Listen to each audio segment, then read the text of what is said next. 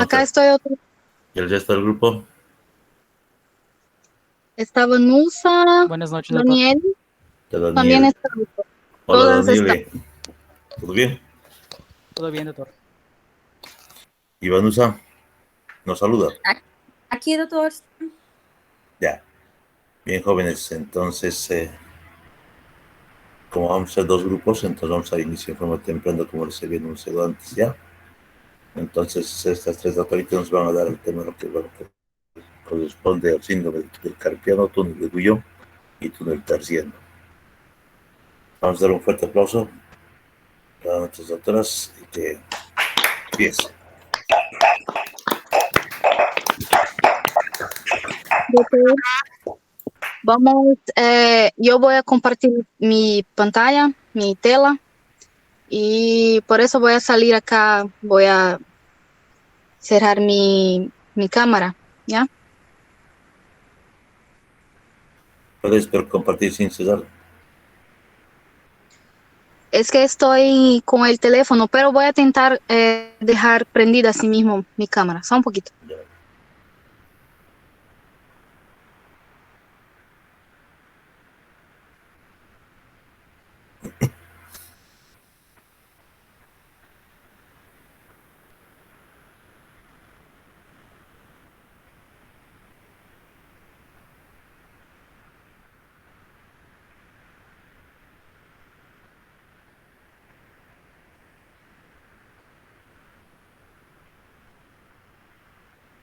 ¿Están todos mirando la pantalla?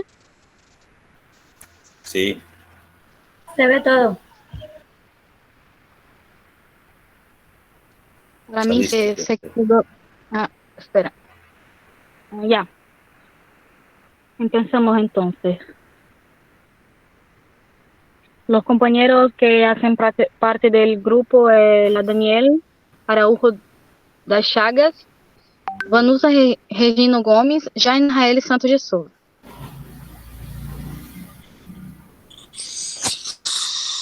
¿Puede empezar, doctor? Puedes empezar, Vanusa. Ya. Los temas que nos tocó é a síndrome de túnel carpiano, Guillain e Tarsiano. Vou começar pelo conceito de túnel carpiano. Este é o nervo da muñeca que permite a sensibilidade de movimento nas partes da mão. E o síndrome do túnel carpiano pode provocar entorcimento, hormigueio, debilidade e dano muscular em la mano de los dedos. As causas do síndrome túnel carpiano também podem ser causadas por fazer o mesmo movimento de la mano e de la muñeca uma ou outra vez. O uso de ferramentas manuais que vibram também pode levar a esse síndrome. Fácil.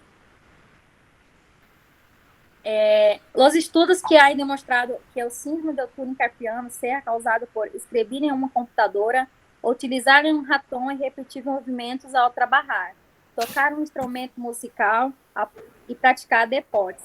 Pero essas atividades podem causar dolor e hinchazón de los tendões e bolsa de la mano, la qual pode infectar o túnel carpiano e provocar os sintomas. O síndrome de túnel carpiano ocorre quase sempre em pessoas de 30 a 60 anos de idade e é mais comum nas mulheres que nos homens.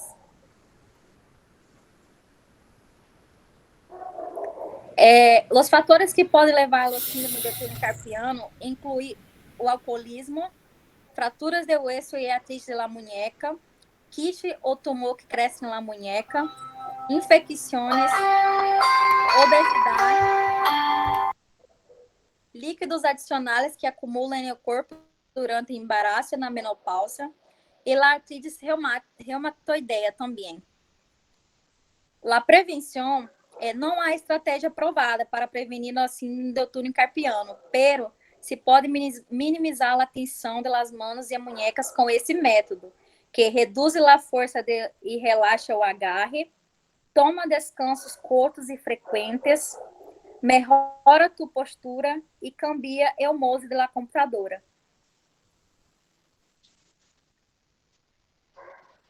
Ok, doctor, vamos continuar. La compañera habló de la síndrome de Carpiano, ahora vamos a hablar de la síndrome de Guillain. Como concepto tenemos que es una síndrome neurológico producido por el atrapamiento o compresión del nervio cubital a su paso por el canal de Guillain. En este nivel cubital se divide en una rama superficial que recoge la sensibilidad del quinto y mitad del cuarto dedo, la rama profunda motora que inerva los músculos propios de la mano. El canal de Guillain está formado por el ligamento transverso del carpo, los ligamentos carpianos y el músculo oponente del quinto dedo. Su techo lo forma el ligamento volar del carpo y el músculo palmar brevis. Y sus acciones son de sensibilidad en la región cubital palmar y dorsal de la mano y dedos, y cuarto y quinto dedo también. Movimientos de separación y aproximación de los dedos y también aducción del pulgar. Los síntomas y signos, tenemos las manifestaciones clínicas que agrupan una sintomatología sensitivo-motora, que eso incluye la rama dorsal sensitiva del nervio y que reflejaría una compresión más proximal. En este caso también tenemos debilidad en la aducción y abducción de los dedos y en la aducción del pulgar también. La atrofia de la eminencia hipoptenar y de los músculos interóseos. La debilidad de la aproximación flexión cubital de la muñeca, eso por afectación del músculo cubital anterior. La parexia de los músculos inervados por el cubital, que serían los flexores de los dedos cuarto y quinto, la mayor parte de los músculos intrínsecos de la mano, y también vamos a tener hipoestesia y parestesia en el territorio cubital. Ahí tenemos la imagen de los últimos dos, del cuarto y quinto dedo, donde está esta afectación, que vamos a tener todos esos síntomas en esos dos dedos, que representa la imagen ahí, donde el nervio cubital está inervando. La mano en garra también es un signo de esta enfermedad, que sería la parálisis completa del nervio cubital, que produce una deformidad característica de mano en garra, debido a la atrofia y debilidad muscular y la hiperestesia en las articulaciones. Eso en las articulaciones metacarpofalángicas y con la flexión de la articulación interfalángica. Ahí podemos ver la imagen. Esos dos dedos se quedan paralizados y la mano y los otros dedos hacen la función normal, pero esos dos dedos, el cuarto y quinto dedo, se queda paralizado. Ahora, para valorar esta enfermedad, o sea, hacer maniobras de exploración, tenemos test de Allen, que sería comprimir las arterias radial y cubital simultáneamente con la mano elevada hasta que esta quede pálida. Liberar entonces la presión sobre la arteria cubital, comprobando si se colorean todos los dedos de la mano antes de 15 segundos, lo que indicaría que existe una adecuada circulación colateral. Ahora, si eso no acontece, es que es un signo de esta síndrome de Guillain, que los dedos se quedan emblanquecidos, no se colorean con rapidez como si fuera normal. El signo de Froment, eso significa que se invita al paciente o el sujeto a coger un papel recio entre los dedos pulgares y los índices y a que tire con fuerza de los extremos. Si existe parecia del abductor del pulgar, el papel se escapa de la mano parética. El pulgar adopta una posición anómala comparativamente con el dedo sano, por acción compensadora del músculo flexor largo del pulgar. Ahí tenemos la imagen este signo de Fromm. Una flexión de la articulación interfalángica sería con el dedo que está anormal. Y ese dedo normal, como agarra el papel, podemos ver la diferencia. Los músculos interóseos también podemos ver ahí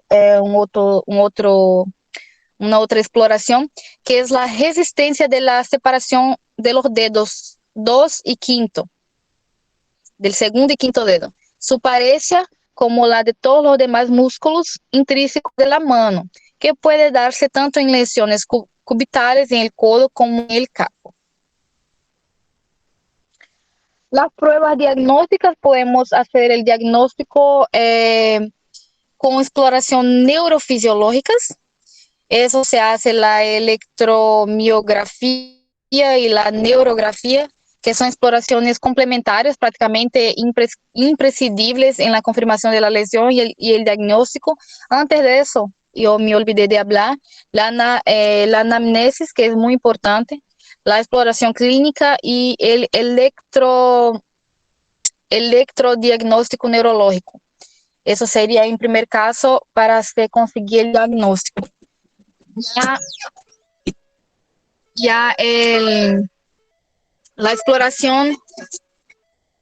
La exploración complementaria también se viene a través de los estudios analíticos que permitirán evaluar la posible asociación de enfermedades metabólicas, trastornos inmunológicos, infecciones de estados carenciales y intoxicación. Ahora, para hablar de tratamiento, la primera línea de tratamiento inicial debe ser conservadora en la comprensión del nervio ulnar, excepto en casos de masas.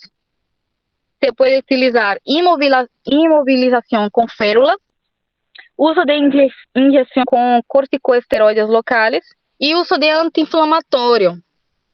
Se debe combinar según el caso para lograr control de los síntomas. Cualquier daño subyacente del nervio debe ser tratado y se debe prevenir el daño permanente del nervio.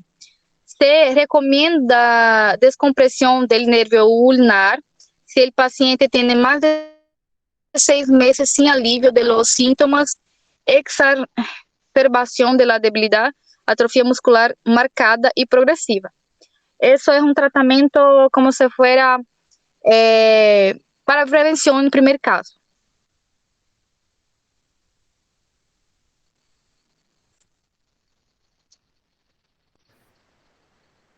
Continúa la compañera. Bien, Daniel. El síndrome tarsiano es un síndrome del túnel del tarso, que es un complejo de signos y síntomas que resulta de la compresión del nervio tibial o de la compresión de los nervios plantares en el túnel del tarso, que se encuentra bajo al retináculo flexor, en el lado medial del tobillo. En las manifestaciones clínicas en este síndrome, hay un alto grado de variabilidad en su presentación clínica, pero lo más común es el dolor de tipo quemante en cara interna del tobillo y cara plantar del pie, que puede irradiarse a la cara interna de la pierna hasta la mitad de la pantorrilla. Se agrava con la actividad física, bipedistensión o ambulación prolongada de este miembro, y se calma con el reposo. Con frecuencia se hace más intenso durante la noche. Puede acompañarse de parestesia o hipoestesia en territorio del nervio tibial posterior y sus ramas terminales. Pasa.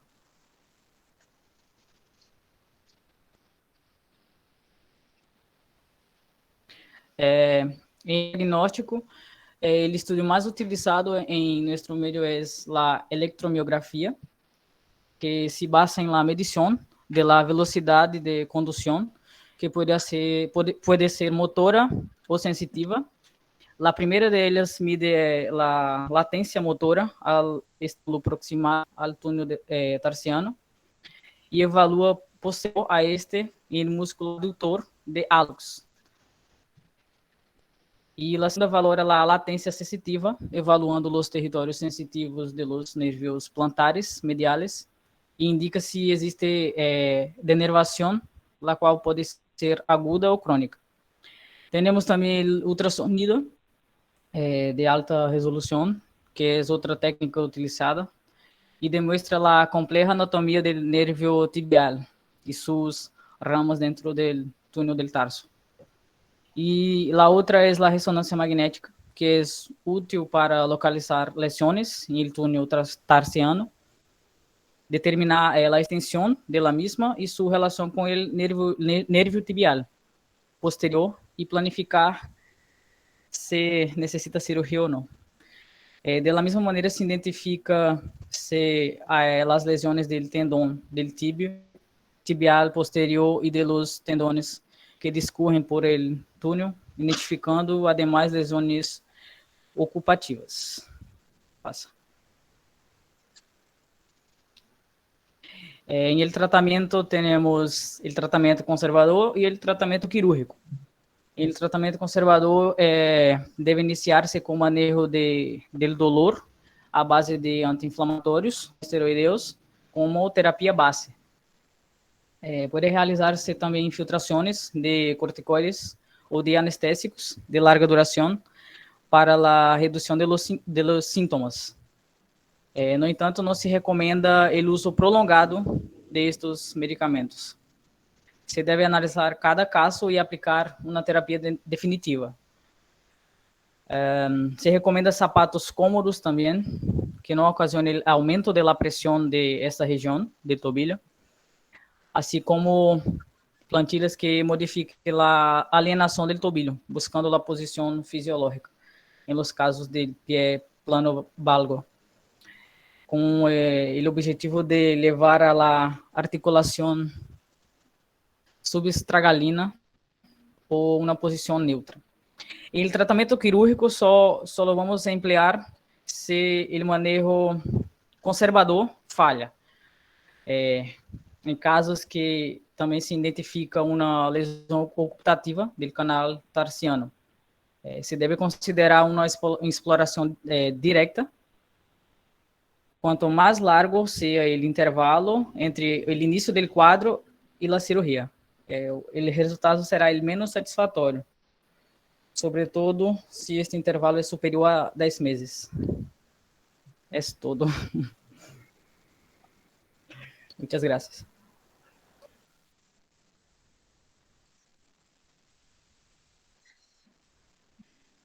Daniele, Hola, doctor. Daniele, ¿cuál es el nervio afectado en el túnel tarsiano? El nervio tibial. ¿Cuál tibial? ¿Cómo, doctor? ¿Cuál tibial? ¿Interno o externo? Es...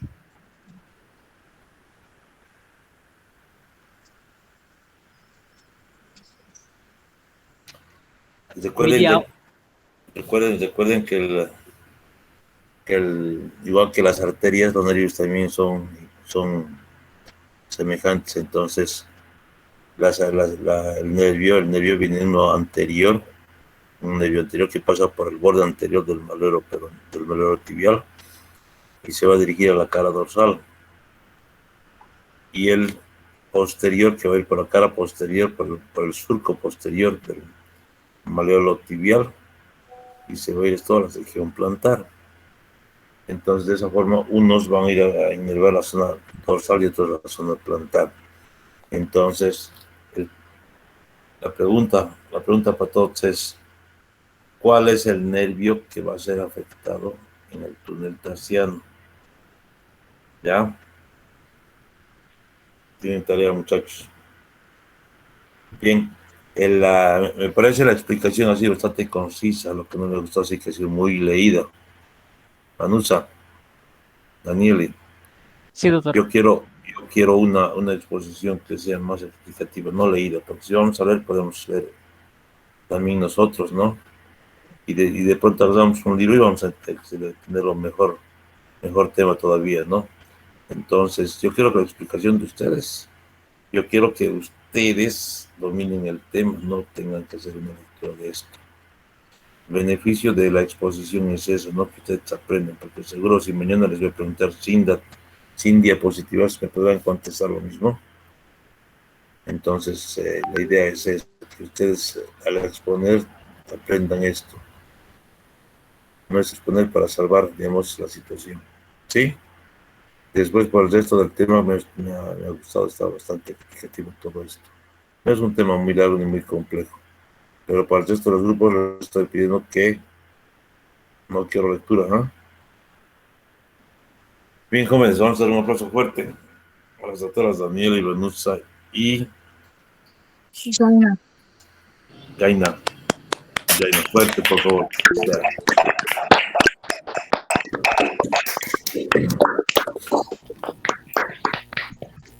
Bien, muchachos. Daniela, por favor, me vas a... Chiharu, ¿tú no lo puedes guardar las exposiciones? Sí, doctor. Sí, se lo Ya, puedo ok. guardar. Ok, entonces... Enviar al grupo, se lo guardo. Ya, muy bien. Daniela, y por favor, le mandan, o Jaina, mandan el trabajo para Chiharu, ¿ya? Está bien, doctor. Sí, voy a enviar. O Daniel, cualquiera. Muy Al bien. grupo. No, bueno, ya Chiharu para que ella guarde también. ¿Ya? ¿O prefieres al grupo Chiharu o a tu personal? Puede ser al grupo, doctor, ¿no? Porque así ya lo Ya, pueden ir está bien. guardando los compañeros también para Ya, cada... Chiharu, entonces, cualquier vez me lo vas guardando, ¿ah? Bien, niños, entonces, ya que estamos con temas brillantes, entonces vamos a seguir con el siguiente grupo, que es patología de los tendones, envolturas y los nervios periféricos. Para eso vamos a invitar a la doctora Becerra, doctor Kesson y doctora Cuellar, para que pasen a dar su exposición. ¿Dónde están ellos? ¿Están ahí? ¿Dónde está la...? Buenas noches, doctor. Hola, Natalia. ¿Dónde está Kesson? Kesson. ¿Dónde está Kesson? Doctor, mi internet está mal, no estoy consiguiendo conectar. Qué vergüenza. Perdón. ¿Y dónde está Raiza? Raiza, ¿está? Sí, está, doctor, acá está con nosotros. Aquí estoy. Raiza, no te has peinado, parece que estuviera haciendo prácticas. Buenas noches.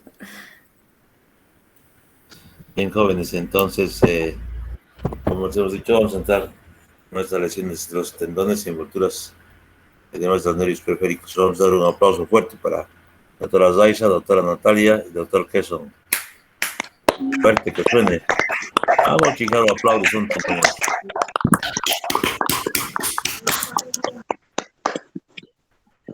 Bien, doctores, como dice Jaina, la tela es de ustedes. Ya. Muy buenas Empezar. noches, doctor. Muy buenas noches a todos. Un atrasador. Nuestro grupo está formado por Kesson, Raíssa Macarnani, Natalia Kuller, y nosotros estamos haciendo la presentación sobre la patología del tendón y las envolturas, ¿no? Que son los nervios periféricos. ¿Puedo pasar? Vamos a introducir el tema, ¿no? Contando un poco sobre la anatomía y la histología del tendón y de los nervios periféricos, que son las estructuras cilíndricas alargadas compuestas del tejido conectivo estampado y denso. Las fibras conectivas estão formadas por proteínas que se unem polimerizando e formando estruturas alargadas que contribuem a los extremos de los músculos esqueléticos. Los tendones, ¿no? Eles têm, são estruturas, como já nos disse, como na anatomia, que estão conectados a los músculos sempre de forma doble, como por exemplo la parte ventral do músculo e las duas partes, como la de origem e la de inserção, que de origem sempre de acordo com de onde o padrão músculo que ele vai acarretar. Por exemplo, com os músculos da cabeça del fêmur, ou a cabeça del húmero, são de origem com várias origens, né? 2, 3, 4 origens e uma única extensão, inserção.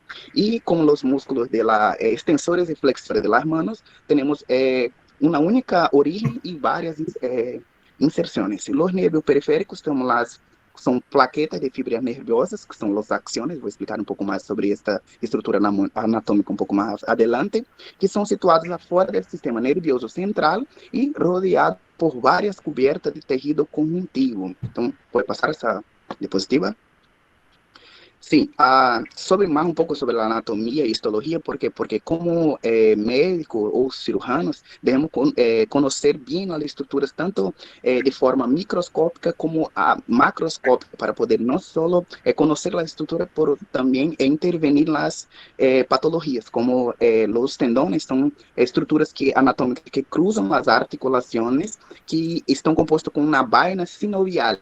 Essas vainas sinoviales são dupla camada, que são a dupla camada de sinovia, que entre elas tendem como uma estrutura para evitar o atrito entre eles, essas estruturas anatômicas que são os huesos e os cartílagos. E entre eles, essas dupla camada de sinovia, tem o líquido sinovial, que é el deslizamiento, né, que hace el deslizamiento de esas articulaciones para que evite ainda más las fuerzas de compresión, de extensión y de compresión de esas estructuras, como la tendinitis, que es la próxima, por favor. Las tendinitis, né, elas son como el sufijo, que es itis de inflamación, y tendón, que de la estructura anatómica.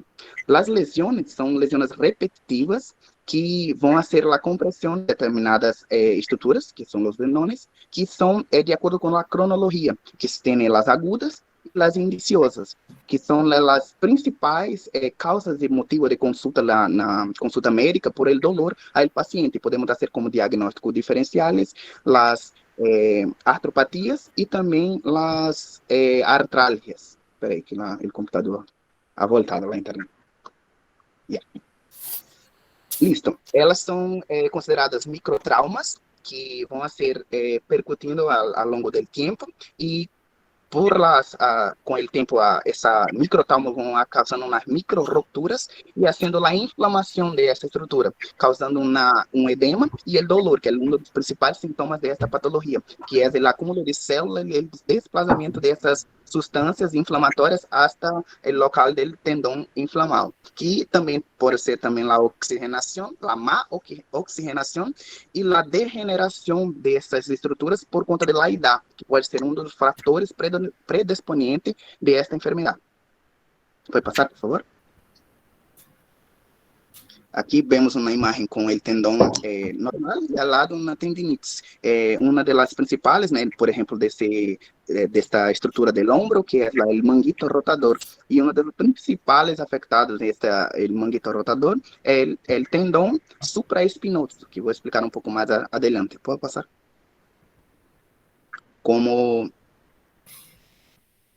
las síndromes, porque este diagnóstico pode ver como uma parte sindrômica. Por quê? Porque há várias estruturas decorrer do corpo e cada uma delas por a localização anatômica específica que vai ter. Por exemplo, como a tendinite do manguito rotador, a tendinite do bicipital, epicondilites, as tenosinovites, porque são sempre quando tem uma inflamação do tendão, pode vir acompanhada de uma bursite unidas. Por isso que tem a patologia como vamos lá, imagem do meio, que é a superior, temos uma linha que vai cruzar o borde subacromial. Fazemos uma digitopressão para fazer o diagnóstico como um ponto positivo se há dolor em este paciente. Podemos utilizar também a maniobra de NIR para diagnosticar, por exemplo, a tendinites do tendão supraespinhoso, que é a maniobra que põe o braço adelante com o pulgar hacia abaixo e hacemos com a mão do exterminador a escápula e hacemos com que haja uma flexión del miembro hacia arriba con una rotación interna. Si hace dolor a este paciente, hace el signo de NIR positivo. Y también podemos hacer el teste con la lidocaína de 1 a 2 ml, colocando en 3 a 4 centímetros abajo de la línea del borde supracomial, haciendo la introducción de 2 a 3 centímetros, que vamos a alcanzar la bursa supracromial. Como hablamos, las tenosinovites, ela tiene una asociación tanto del tendón, cuanto también de la bursa supracromial. Y si mejora con esta aplicación de la lidocaína hacia el teste positivo, podemos identificar como una tenosinovitis. ¿Puedo avanzar, por favor?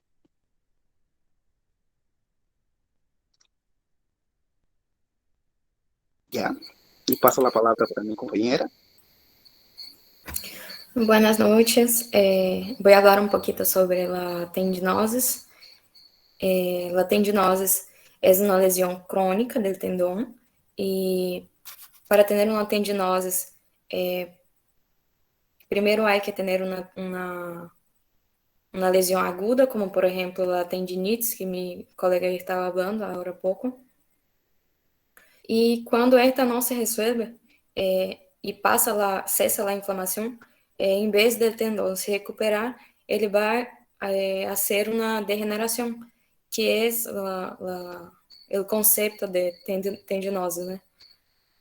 La degeneración del tendón.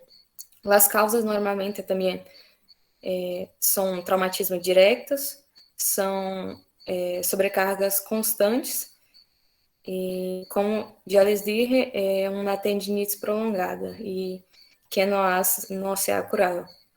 Los síntomas normalmente são dolores locales, são debilidades musculares, são leve inchaçón e também há uma presença de inestabilidade articular. Se recomenda a la tendinosis colágeno, porque la tendinosis também é uma alteração de sua estrutura, como ya estaba hablando, y tiene cambios en colágeno. Y también se recomienda analgésicos por el dolor, y fisioterapia, esportes, etc. Siga.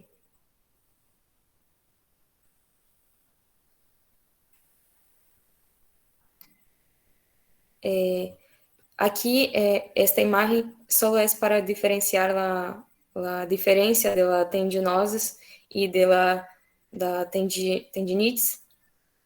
La tendinitis, la inflamación es la inflamación del tendón, en cuanto que la tendinosis es la alteración en la estructura, es la degeneración del tendón. Es básicamente esto. Pasa. La tenosinovitis va a ser la inflamación del revestimiento, la vaina que rodea el tendón, que sería la membrana sinovial. Las causas van a ser lesiones, movimientos repetitivos e infecciones.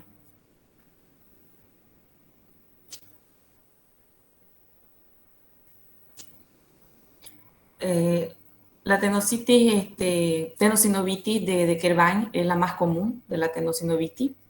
Ella va a ser una inflamación y una tumefacción, o sea, una hinchazón de la vaina que rodea este tendón, que va a ser el aductor largo del pulgar y el extensor corto del pulgar a nivel de la muñeca. Sus síntomas son dolor referido en la región radial de la muñeca, irradiado al pulgar, inflamación y dificultad para mover la articulación afectada.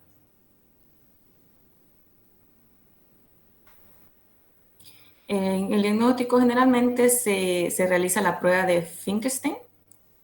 Esta prueba le pedimos al paciente que realice una desviación lateral cubital de la mano, estando el pulgar recogido dentro de la palma de la mano. Si la prueba es positiva, se va a presentar un dolor muy agudo, muy intenso, como pueden mirar la imagen. Siguiente.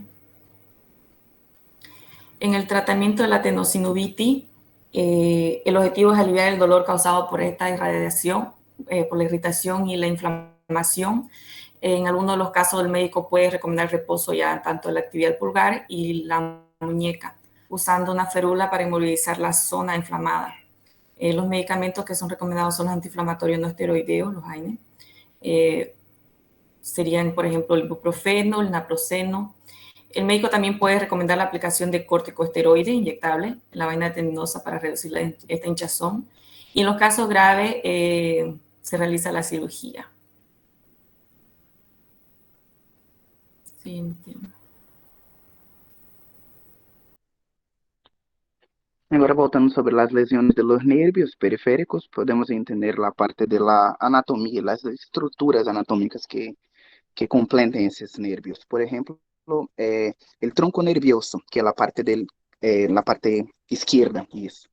El tronco nervioso ele está constituído, né, por la parte externa, que é o perineuro, e na parte interna temos vários fascículos, que os fascículos estão cobertos pelo perineuro, que é uma cápsula de tecido conjuntivo, que está dentro de eles as fibras nerviosas, que cada uma delas, né, são consideradas as estruturas funcionais do nervio. Então, essas estruturas, essas fibras, elas estão cobertas por uma capa bem delgada, que é a capa de neuriloma ou de células de Schwann.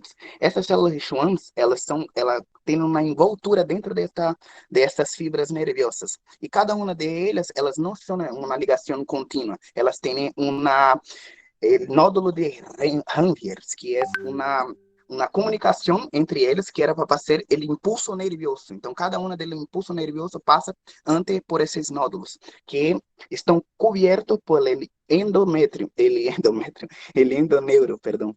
E esse endoneuro, ele é uma continuação das células de Schwann, é uma alongação das células de Schwann, que vai ser a envoltura do axônio, que o axônio é a estrutura que vai ser lesionada em las neuropraxias, que, por exemplo, está na imagem, né, ao lado, que é considerado as lesões de primeiro grado. Então, como voltando à parte da anatomia, vemos o perineuro, o epineuro, a parte do endoneuro e a vaina de mielina. A vaina de mielina, ela é a continuação tanto das células da vaina de Schwann com a união com o axônio. Então, quando está lesionada em la neuropraxia, ela vai ser uma lesão microscópica com essa parte branca, bem assim, na parte da neuropraxia aqui, na lesão do axônio. O axônio lesionado, ele vai ter uma comunicação tanto na parte proximal como na próxima distal. Ele vai continuar a sensibilidade, vai acometer principalmente a parte motora, mais que a sensitiva, pero com a interrupção, ela pode ser por la parte tanto compressão intrínseca quanto extrínseca. E essa compressão vai acarretar uma anóxia, uma compressão dos vasos sanguíneos, e pode, alguma literatura falam até como uma resposta fisiológica do organismo, pero nesta resposta fisiológica hace com que há uma interrupção e um desplazamento das células e um aumento de volume das células nerviosas, fazendo que hace tanto a generação da sintomatologia do paciente, como também o edema em este local. E com um passar de 4 a 6 horas após a secção do axônio, hace as primeiras aumento de volume das células, e de 2 a 3 semanas poderá ter como a sintomatologia também uma degeneração das células das miofibrilas, que causam uma atrofia e uma perda da massa muscular deste paciente. E aí podemos entender um desfuncionamento mecânico neste paciente. Vou passar a diapositiva, por favor. Como vimos, a neuropraxia, na parte mais compreensão, ela é a compressão ou contusão menor, uma lesão de primeiro grau. E ela tem uma preservação do cilindro E, como vimos na imagem anterior, ela tem a conservação da capa externa, que é a parte do perineuro, e só a afectação no axônio, na parte mais interna, na parte mais íntima do nervio.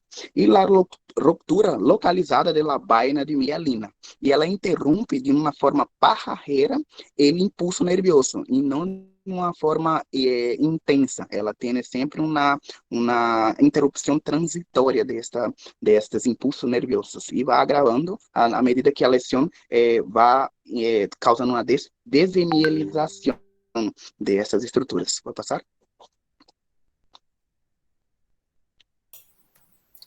La axonotmesis diferente de la anterior. Essa aqui, en la imagen como se ve, y esa imagen menor, tiene degeneración tanto del axón como también de la vaina de mielina. Esa es la rotura del axón, como ya les dije, degeneración valeriana distal. Tiene aqui a preservação do endoneuro, como se vê aí ao redor nessa imagem menor. Se preserva o endoneuro. E aqui temos em essa tabela alguns aspectos correspondentes da axonotimesis, como, por exemplo, tem um déficit total sensitivo, um déficit total motor também, há um déficit vegetativo total, e em eletromiograma se vê uma interrupção da condução, se vê também uma fibrilação em repouso e uma não atividade voluntária. A axonotimesis, ela tem duas fases. Uma é a fase de degeneração valeriana ou a desintegração do axônio e a ruptura da bainha de mielina, como já les mostrei em essa figura menor. E a segunda fase é uma fase de reinervação, que é onde se regenera tanto o axão como a bainha de mielina. E esse processo de regeneração, de reinervação, está influenciado principalmente porque todavia se apresenta o endoneuro. Isso facilita essa regeneração. Passa, Nath. La neuromexis. Ya la neuromexis va a ser la lesión más grave. Va a haber una interrupción completa del impulso nervioso por una ruptura de la acción de una neurona y su vaina de la vinelina. Aquí va a haber una pérdida de la función nerviosa que va a ser completa, tanto sensitiva como motriz. En esta no va a haber una recuperación espontánea y la única posibilidad de recuperación va a ser la intervención quirúrgica. Siguiente.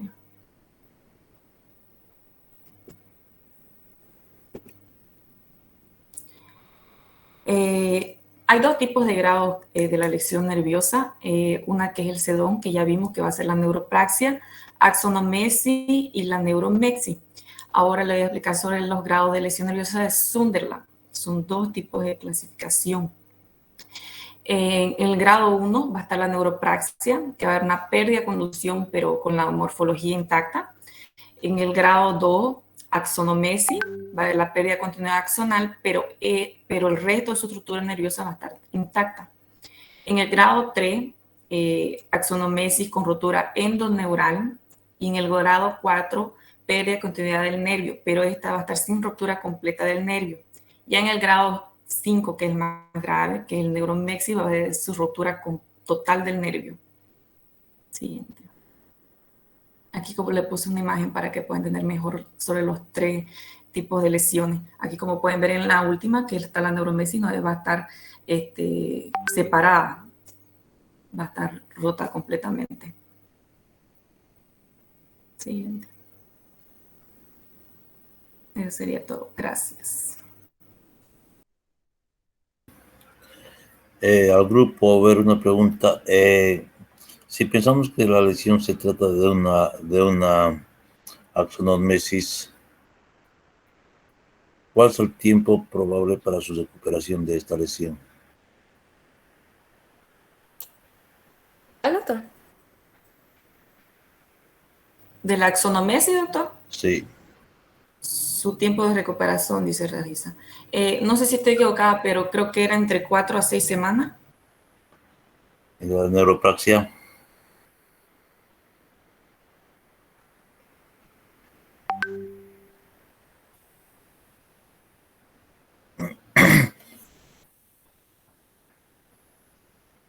La neuropraxia. Normalmente, doctor, es para ser menor, ya que es una lesión de primer grado, ¿no ve? Una lesión más severa. ¿Cuánto es el tiempo que vas a esperar para su recuperación?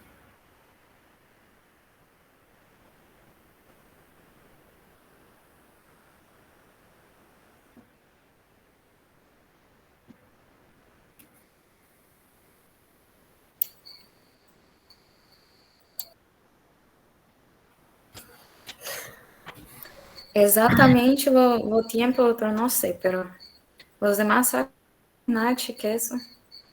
Queso. Sí, doctor. ¿Cuánto tiempo va a esperar para la recuperación de una neuroplasia? Neuro. De 4 a 8 meses, doctor. ¿Perdón? De 4 a 8 meses. 4 a 8 meses. ¿Sí?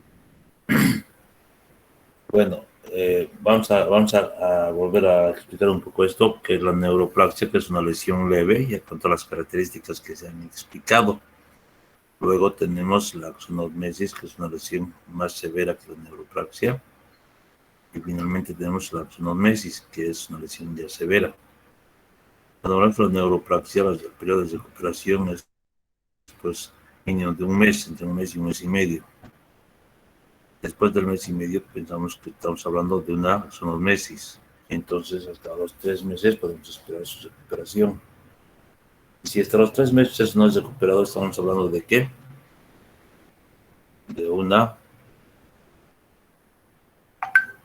¿Cuál es el tercer grado? Neuronexis. El tercero, ¿no? Sí. Tercero. Entonces estamos en la neuromesis, ¿no? Cuando hablamos de eso, clínicamente por esos tiempos podemos hacer la presunción de cuál lesión es la que tenemos. Obviamente que necesitamos hacer algunos estudios, como hemos dicho, que es principalmente la electromiografía, que es el que nos va a decir por su función, el daño que tiene esta. Porque si queremos hacer, como he explicado, que son por todas las características de las lesiones, incluso microscópicas, entonces deberíamos tomar una biopsia. Obviamente que tenemos que tomar previo a la electromiografía para que nos indique el lugar de la lesión. Aquí en nuestro medio no tenemos ninguno de los estudios estos, ¿no? Entonces tenemos que basarnos por la clínica únicamente. Ahora, según la sensibilidad, la función motora que tenga en ese momento, podemos hacer una sospecha de lo que estamos hablando. Pero solamente los tiempos nos van a decir de qué cosa estamos hablando. Entonces, hasta unos 45 días, más o menos estamos hablando de una neuroplasia. ¿Sí? No se olviden poner 45 días cuando les pregunto la neuroplasia. ¿Sí? Está bien, doctor. ¿Hay alguna pregunta, jóvenes, que tengan para el grupo, para cualquiera de los dos grupos?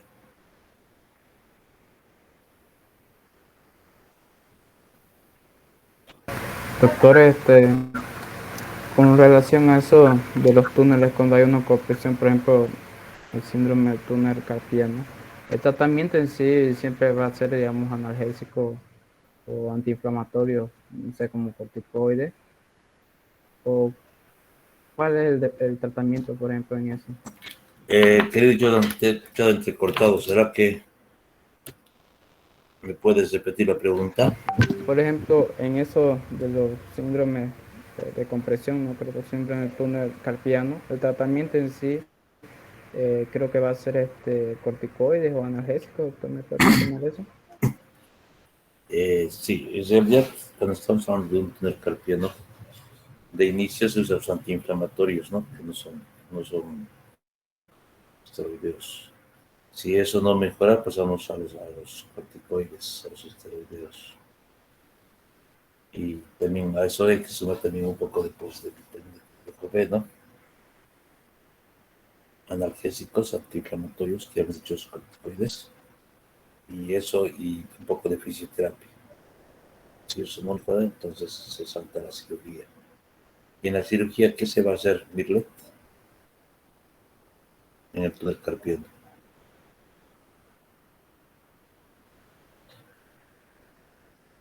Raiza.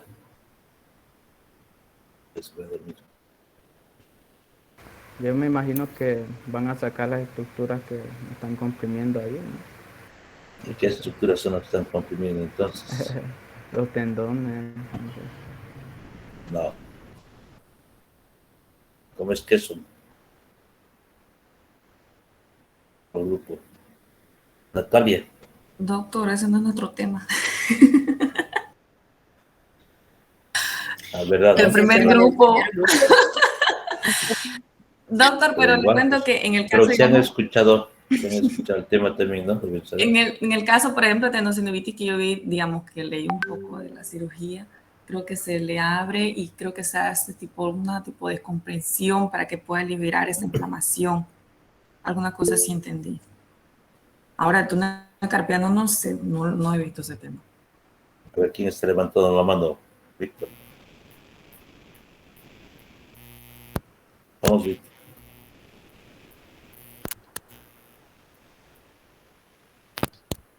Hola. Hola. Está mal mi micrófono. ¿Y cómo cantas entonces? Ya. Doctor, no comprendí muy bien la pregunta que hizo. Cuando estamos hablando de un túnel carpiano, la cirugía, ¿en qué consiste? Ah, ya. No.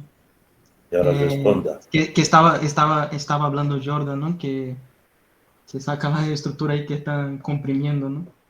Ahí los ligamentos y yo creo, ¿no? Que por estar ahí el ligamento anular, ¿no? De la muñeca, creo que puede ser eso. A ver, si es que tienen la imaginación de recordar un poco la anatomía, vamos a ver que por encima del plano óseo vamos a tener el plano tendinoso. Entonces, por la parte media de la muñeca, la región palmar está pasando el nervio mediano. Cualquier inflamación, sea de los tendones, tendinitis o proceso inflamatorio de la muñeca por sobreesfuerzo, etc., va a provocar inflamación en ese lugar. La inflamación significa que va a aumentar. Doctor, disculpa, no te lo está escuchando bien, Fabio.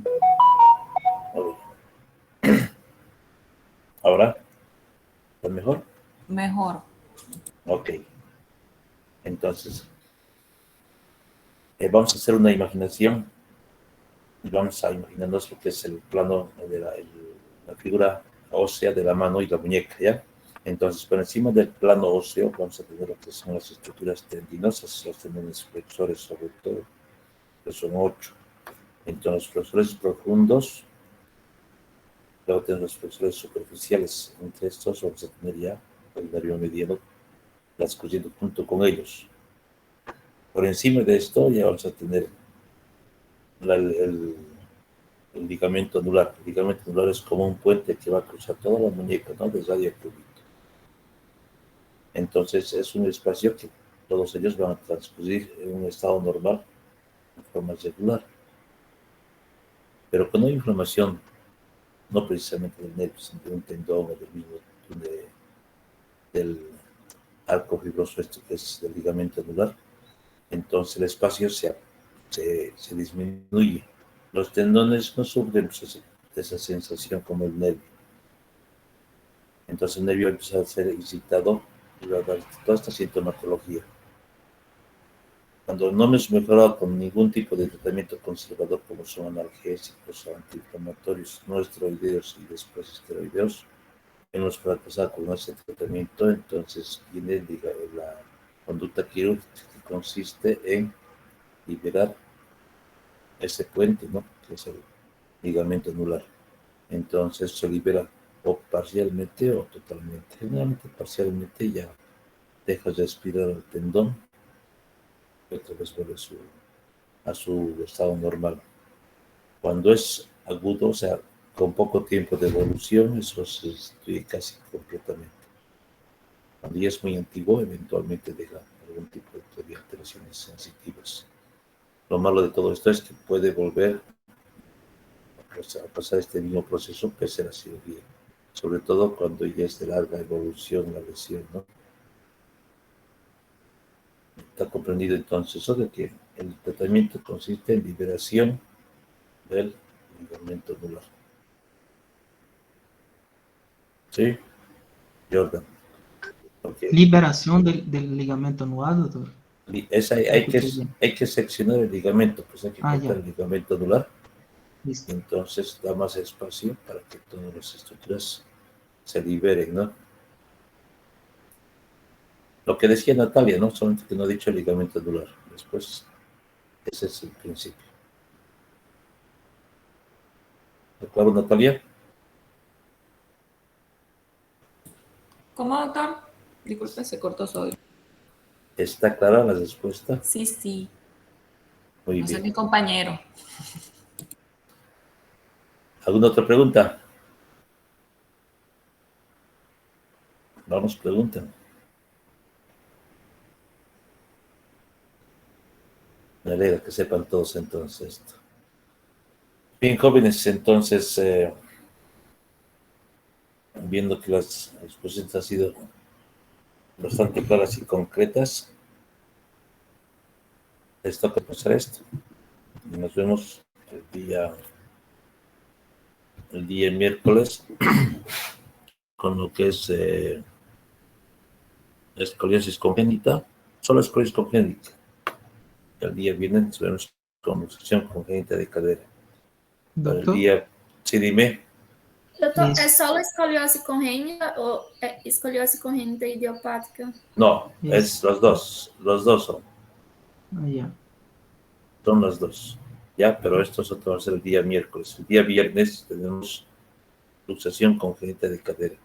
Les quiero advertir que este tema de luxación congénita de cadera es una obligación para todos ustedes conocerlo. Creo que a muchos ya se ha explicado de esto. Cuando revisemos este tema van a conocerlo. ¿Por qué les estoy diciendo esto? Entonces, les voy a pedir que no solamente el grupo expositor lea esto, sino que a todo el grupo, porque vamos a aclarar todas las dudas aquí. A un principio les he dicho que hay temas que tienen la obligación de conocer, que si no conocen ese tema, no tienen la garantía de poder pasar esta materia, ¿no? Y uno de esos temas es este, por eso estoy pidiendo. Y cuando toque este tema, también todos vengan con conocimiento, ¿ya? Vengan con su lectura, para que podamos comprender mejor. ¿Sí? ¿Me han escuchado o no? Sí, doctor. Belleza. Entonces, vamos a dar un aplauso al grupo por su explicación, por su gentil explicación. ¿Ah?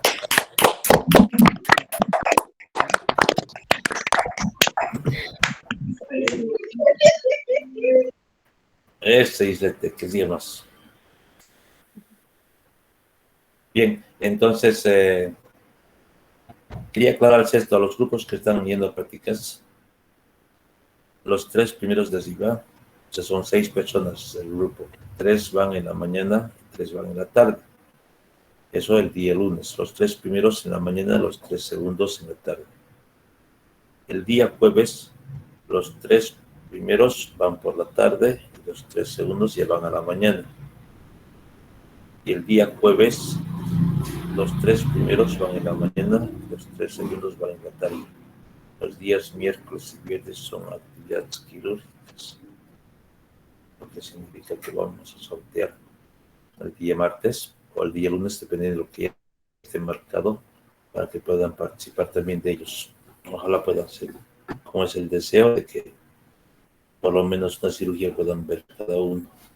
Pero en su defecto, si es que no hay muchas cirugías, por lo menos vamos a beneficiar por sorteo a un par o 2 o 3, dependiendo de la actividad quirúrgica, ¿no? Y por otro lado, deben llevar siempre sus pijamas, porque eventualmente también hay algún proceso o procedimiento que tiene que ser una emergencia, entonces para estar listos. ¿Ya? ¿Te ha entendido eso, no? Eso, me alegro que entienda. Nadie dice nada. Supongo que me han escuchado. Entendemos, doutor, sim. Y porque nadie contesta, pero bueno, doy por que han entendido. Eso, luego voy a publicarla, bueno, espero hacerlo esta noche. Voy a trabajar en esto, ya tengo revisados los exámenes. Voy a publicarlos para que si hay personas que quieran hacer alguna revisión o algo, algún reclamo, vamos a marcar el día, que va a ser también pronto, ¿ya? Doutor. Sí, Víctor. Doctor, ¿va a publicar la nota solamente del examen o de todo parcial? Del examen. Ya. ¿Ya? Ya. Ya. Una vez revisados los exámenes, publico todas las notas para poner el siguiente luego. ¿Ya? Listo. Listo, jóvenes. Entonces, un gusto saludarlos. Nos hemos dado un buen receso. Ya tenemos que empezar con más ganas y sin fallar, ¿eh? Está bien, doctor. Entonces, un abrazo y que tengan buena noche. Buenas noches, doctor. Buenas noches, doctor. Que Buenas esté noches. Chao, Hasta Antonio. luego, doctor. Y buenas noches. Ya, gracias, doctor. Chao, Buenas chicos. noches. Buenas noches, doctor. Gracias, doctor. Chao, Víctor. Chao, muchachos. Eric. nos Buenas vemos. noches, doctor. Buenas Chao, noches, Alexander. doctor. Buenas noches, niñas. Chao, doctor. Buenas noches, doctor. Chao, chicas. Buenas noches, doctor. Chao, Joseph. Chao, Selva. Buenas noches, niños.